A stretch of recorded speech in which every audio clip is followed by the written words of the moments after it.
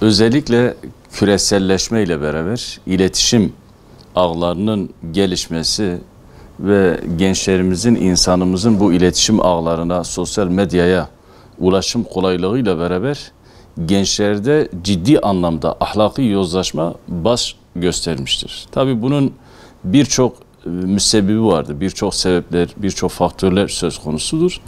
Bizim bakış açımız kendimizle alakalı olan bir durumdur. Öncelikle burada suç büyüklerin diye düşünüyorum.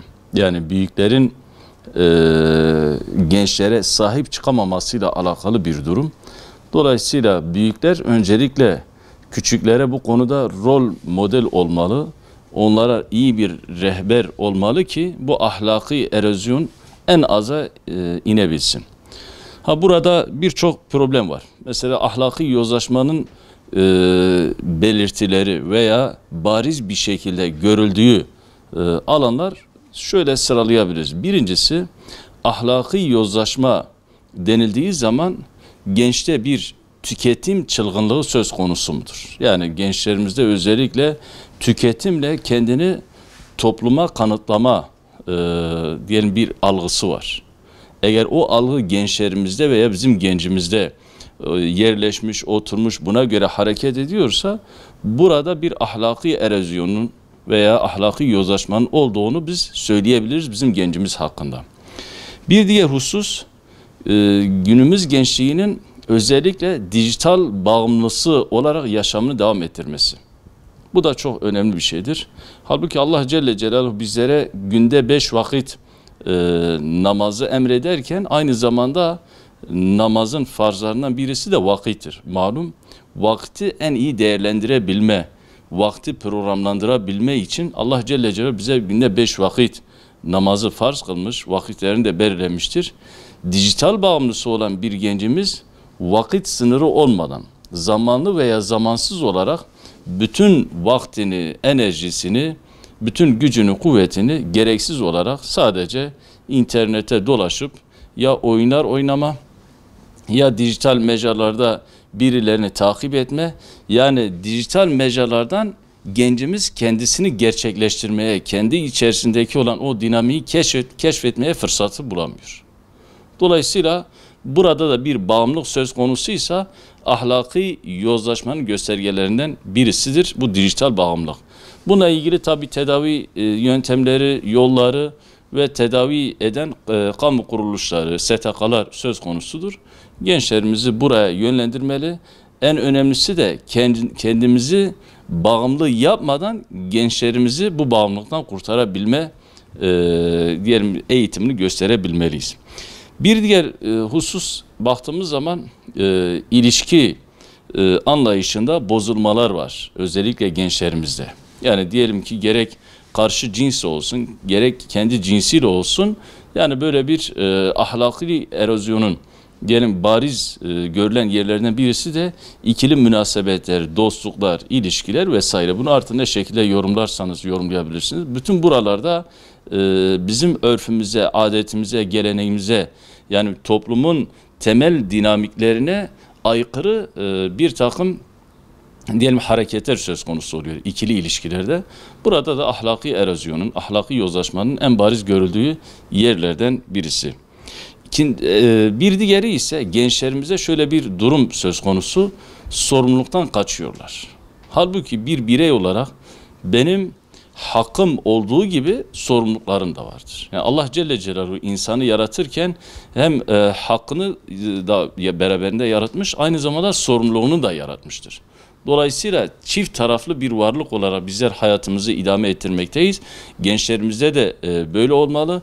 Bizler atalarımıza, dedelerimize baktığımız zaman yani küçük yaştaki çocukların veya gençlerin evleri geçindirebilirken ama bugün 30-40 yaşına gelip hala reşit olamayan, yani kendini dahi hayatını idame ettiremeyen, ev geçindiremeyen bir sürü genç sokakta görüyoruz. Tabi burada yani birçok kesime, özellikle devlete çok önemli görevler düşüyor kanaatindeyiz yani. Yani burada en azından gençlerin önünün açılması vesaire. Tabii bu arada şunu da ifade edeyim. Gençler sorumluluktan kaçtıkları gibi ağır işlerden de kaçıyorlar. Ağır işlerden kaçmasının nedeni kendilerini eve hapsediyorlar ve sürekli işte dijital bağımlılıktır vesaire. İletişimde de zaten zayıflık söz konusu. Bir diğer husus, gençlerimizde ahlaki yozlaşmanın en belirgin alan veya görülen yerlerden birisi de yani gençlerimizin dil ve davranışlarının bozulması. Dil ve davranışlar, yani kullandıkları dil, bakıyorsunuz ki toplumun diline yabancı, davranışları da aynı zamanda toplumun davranışlarına yabancı. Yani kültüründe böyle bir davranış yok. Örfünde, adetinde, dininde, medeniyetinde böyle bir şey söz konusu değil. Ama gencimizde maalesef bu tezahür ediyor. Dolayısıyla bu konularda kişilerin veya sorumlu kişilerin önlem alması kanaatindeyiz. Şimdi popüler kültür özellikle gençler üzerinde çok ciddi etkisini görüyoruz. Bir sürü problem var. Bunlardan birisi şu: popüler kültür gençlerde gencin bencilliğini ön plana çıkarıyor. Bireysel olmasını, sadece kendini düşünmesini, yani diğer gamlık dediğimiz, İslam'ın öngördüğü İsar medeniyeti dediğimiz, yani başkasının kendi nefsine tercih etme gibi böyle bir düşüncesi söz konusu değil gencimizde. Varsa yoksa ben ve ben merkezci bir düşünce yapısı oluşuyor. Popüler kültürün böyle bir şeyi var. İkincisi, popüler kültür gerek rol model olarak müsait olmayan bir takım insanları ön plana sürerek gençlerimize rol model olmalarını sağlıyorlar. Onun vasıtasıyla bir sürü tüketim çılgınlığı veya tüketim festivalleri veya farklı günler adı altında insanları tüketime sevk ederek insanların ihtiyacı olmayan şeylerin satın almasına yönlendirerek böyle bir yanlış algı zemin oluşturuyorlar gençlerimizde. Bir diğer husus, yani diyelim ki cinsellik algısında bir problem söz konusu oluyor gençlerimize. Bunun da yani hani İslam'ın öngördüğü işte gayrimeşru birliktelikler, işte dostane hayatlar, dostane ilişkiler vesaire, işte basında farklı şeylerde görüyorsunuz. İşte diyelim cesur pozlardan tutun da bunu sıradanlaştırarak veya diyelim ki yani teşhirciliği bir cesaret örneği olarak insanlara sunarak bu ahlaki erozyonun, ahlaki yozlaşmanın daha da çoğalmasına sebep olmuş oluyorlar. Onun için gençlerimizin bu konularda dikkatli olması gerekir. Bir diğer husus, popüler kültür aynı zamanda İslami geleneğimizi, İslami değerlerimizi, gelenek göreneklerimizi hedef alıyor. Yani böyle hedef almasıyla beraber tabii toplum ister istemez ya geldiğiniz zaman gençlerimize baktığımız zaman ya bu benim çocuğum, bu filan adamın çocuğudur, filan kesin oğludur, filan hacinin, filan hocanın çocuğudur, ama siz bakıyorsunuz yaşam tarzına, düşüncesine, giyim kuşamına toplumla, İslam'la alakası olmayan bir takım davranışlar sergiliyor. Onun için bu popüler kültür gençlerimizi kendi medeniyetine, kendi örf adetine, kendi dinine, kendi vatanına, kendi milletine yabancılaştırıyor. Onun için çok dikkatli olmakta fayda var, yarar var. Bizler gençlerimizi bu konuda daha fazla eğitmeliyiz. Tabii bunun sebepleri var. Mesela sebeplerden birisi de değerlendirecek olursak toplumdaki olan bir manevi boşluk söz konusu. Yani toplumda manevi boşluğun olmasıyla beraber bu sorunlar beraberinde gelmiş oluyor. Manevi boşlukla beraber toplumda depresyon artıyor. Yani depresyon ilaçlarının bu manevi boşlukla beraber çok tüketildiğini, çokça yazıldığını bize müşahede etmekteyiz veya bize gelen haberler en azından bu yönde. Manevi boşluğun olması gençlerde bağımlılık ve en tehlikelisi madde bağımlılığı, kişinin hayatını, aile yapısını, toplumun dengesini ve bölgemizin örf adetini temelden sarsacak bir sürü sıkıntılara yol açıyor. Bu bağımlılık, özellikle madde bağımlılığı hususu, bütün bunlar hepsi gencin kendi o boşluğunu, manevi boşluğunu farklı yerde aramak isteği onu farklı yerlere yönlendirmiş oluyor. Onun için dikkatli olmakta yarar var diye düşünüyoruz. Manevi boşluğun olmasının sebeplerinden birisi de ve neticelerinden birisi de toplumda şiddet ve intihar girişimi gitgide artıyor. şiddet ve intihar girişimlerinin artması, aynı zamanda topluma olan aidiyet duygusunun yoksun hale gelmesi. Bu da önemli bir şeydir. Yani sen gence soruyorsun, ya ben aslında tekim, benim, kimseye ait değilim. Yani kendisini tanımlarken sadece kendisiyle tanımlıyor, çevresiyle değil. Vatanıyla, diyelim ki diniyle, kültürüyle, medeniyetiyle bir bağ kuramayışı, bütün bunlar hepsi toplumdaki manevi boşluğun olmasının olumsuz neticelerinden birisidir. Peki buna çözüm olarak bir şeyler üretebilir miyiz? Yani kendi yapımıza göre. Bu arada yani hem ailelere, aynı zamanda eğitim sistemine, yani okullara önemli görevler düşmektedir. Ailelere düşen görev şudur: yani aileler birincisi gençlerimize rol model olmalıdır.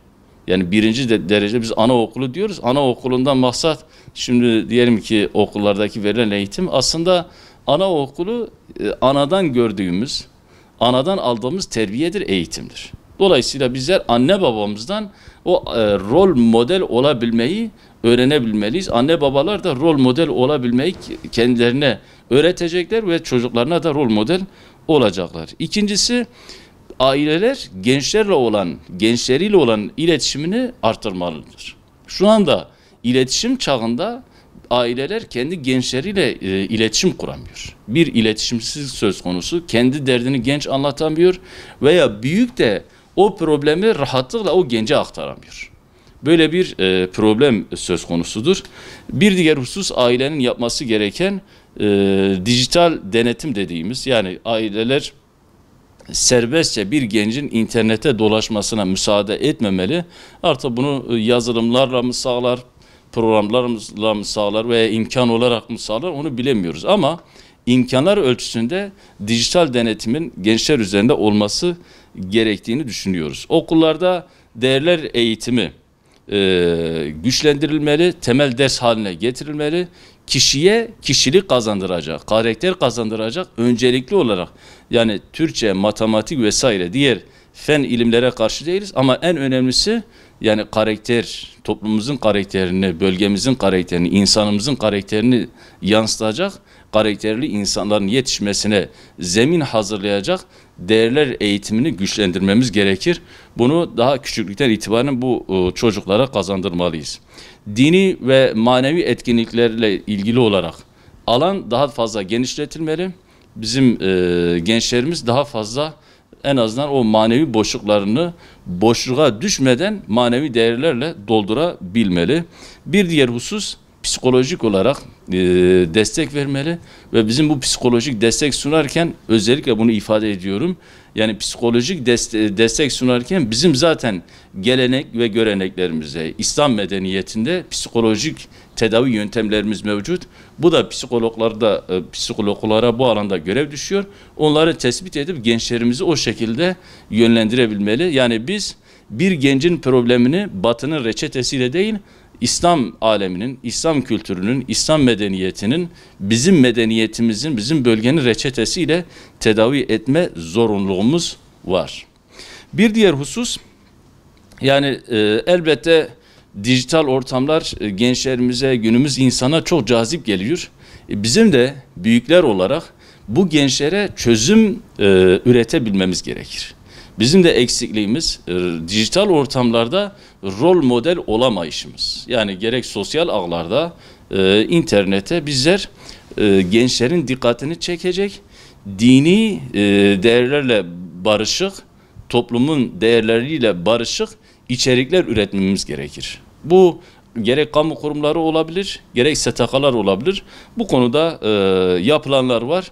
Ama dediğim gibi yani internetin veya iletişimin ana merkezi, kurucuları Müslümanlar olmadığı için temel taşları bakıyorsunuz. Sizin istediğiniz değil de Müslümanların istediği değil, istemediği şeyler, istemediği içerikler hemen reklam olarak önünüze düşmekte.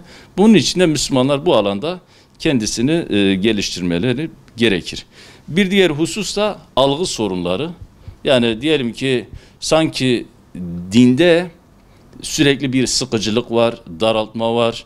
Din insanın diyelim ki rahatça hareket etmesini engelliyor veya diyelim ki manevi değerler kişinin serbestçe hareket etmesini engelliyor gibi böyle algılar söz konusu. Bizler bunu yani dinin veya şer'i ölçülerin keyfe kafi geldiğini, insanların bütün ihtiyaçlarını karşılayabildiğini gerek kısa videolarla gerek internet içerikleriyle zenginleştirerek bizler gençlerimizin önüne sunabiliriz.